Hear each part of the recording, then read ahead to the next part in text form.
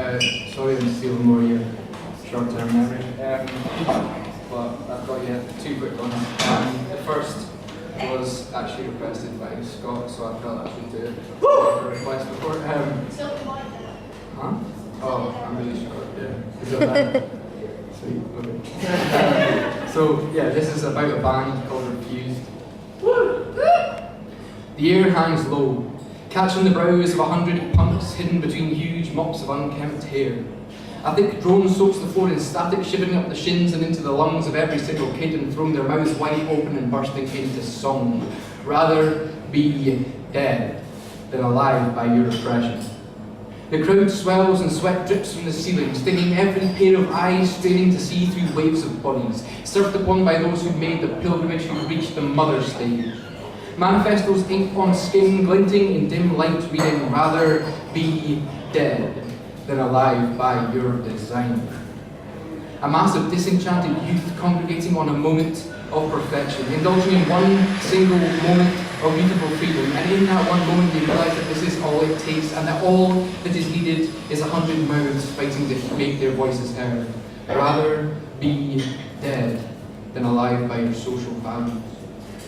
Police batons cleave crowd like fresh meat, flashlights glinting through dancing stars of space amongst the melee of cargo pants and ripped up shirts and heart and soul and love, and from somewhere else it echoes the desire of a million gone to sin. Rather be dead than alive by your tradition. The barrier breaks. A tangled wall of limbs is shattered by blue uniforms, jacks are pulled from amps and feedback dies. Instruments are struck at blindly and the echo is silent. But for a moment, perfection trembles. And then from the silence, it soars. But I'd rather be alive. Rather be alive. Rather be alive. Rather be alive. 14 years later, and dust rises above weathered heads, kicked up by feet clambering toward metal barriers. Tired cheeks house eager eyes that fleet between kids now grown, between adults and curious offspring, through which still beats the same life, the same hope. A sense of knowing tingles at the back of every single brain, waiting, waiting, waiting. The calm before the storm sits upon the echoes of a disinherited generation. And now the air changes. It grows and mushrooms, enveloping the crowd with a power reawakened, stirred from dusty slumber and record players and memories. It grows until 1,000 lips tremble, until 2,000 eyes water, and until the hairs of 4,000 limbs stand to attention. This is the silence before the storm, ready to ignite. It has been ready for 14 years. It has been ready to poison fingers. It has been ready to burn out eyes. It has been ready to cut up throats. It has been ready to feel alive.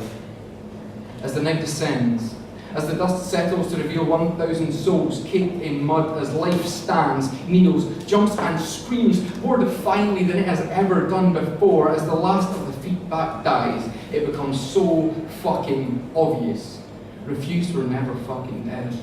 Refused were never a band. Refused were never 5 men with 5 instruments. Refused were never a manifesto. Refused were never fucking dead.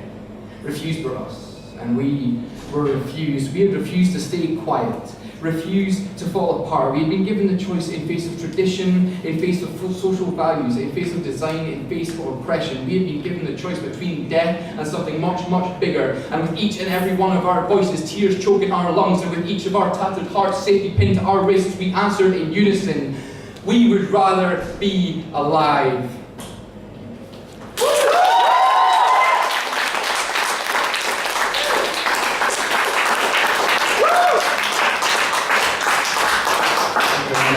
I'm not reading into everybody else's time. I'll quickly finish up. I've got one more poem. It's called Junkie, and it's about a girl. My dad always says that the men of our family don't fall in love often, but when we do, we fall hard and fast, which I guess explains all these broken bones. If it wasn't for her morphine eyes, I'd be crippled by the pain. She's a ticking time bomb that hits me with a train-track smile and picks me up from gravel. Licks my wounds and turns the bile in my stomach from poison to butterflies. She clogs my every artery like a Mackie D's large fry. She's my junk habit. I just can't get enough. The first hit lasted all night until I woke up rough, pounding head and sense of shame. Was it even worth it? She just sat there looking tempted like a massive unpopped zit. I guess even then I knew I was never gonna quit. Her touches are track marks scratched across my brain. Her smell is pure and sweet, like a splash of fresh wet rain. She's the lighter held beneath my spoon, the diazepam in my cup. My shooting gallery is her room, and I couldn't give a fuck if my addiction to her everything leads me to the grave. At least I'll die happy in my hidden cave. She's my junk habit, my aphrodisiac cocktail. She's the reason my bones creak and why my heart's so frail. A kiss from her could numb your gums blown from 50 miles away. She makes everything seem quite alright. She's pure MVM. Fucking A. Her breath's like the hit from the end of a joint. It chokes me up inside. But I swear she's a human polygraph, because from her there's nothing I can hide. But see, I've come to realise my habits reached its peak. See, other before her were gateway drugs, which in comparison seem weak, and yet in school they taught me about every narcotic, from here to the very sun. But they failed to mention the strongest, though, that being the one you called the one. My dad always says that the men of our family don't fall in love often, but when we do, we fall hard and fast. What he didn't tell me was that coming off the junk is like taking a shotgun blast to the kneecap, and that the aftermath would drain my fracture so fast that I used to suck her up from a crack pipe bowl. Her touches were track marks, scratched across my skin. I see them every day. But for me, the one and only sin is all the things I didn't say.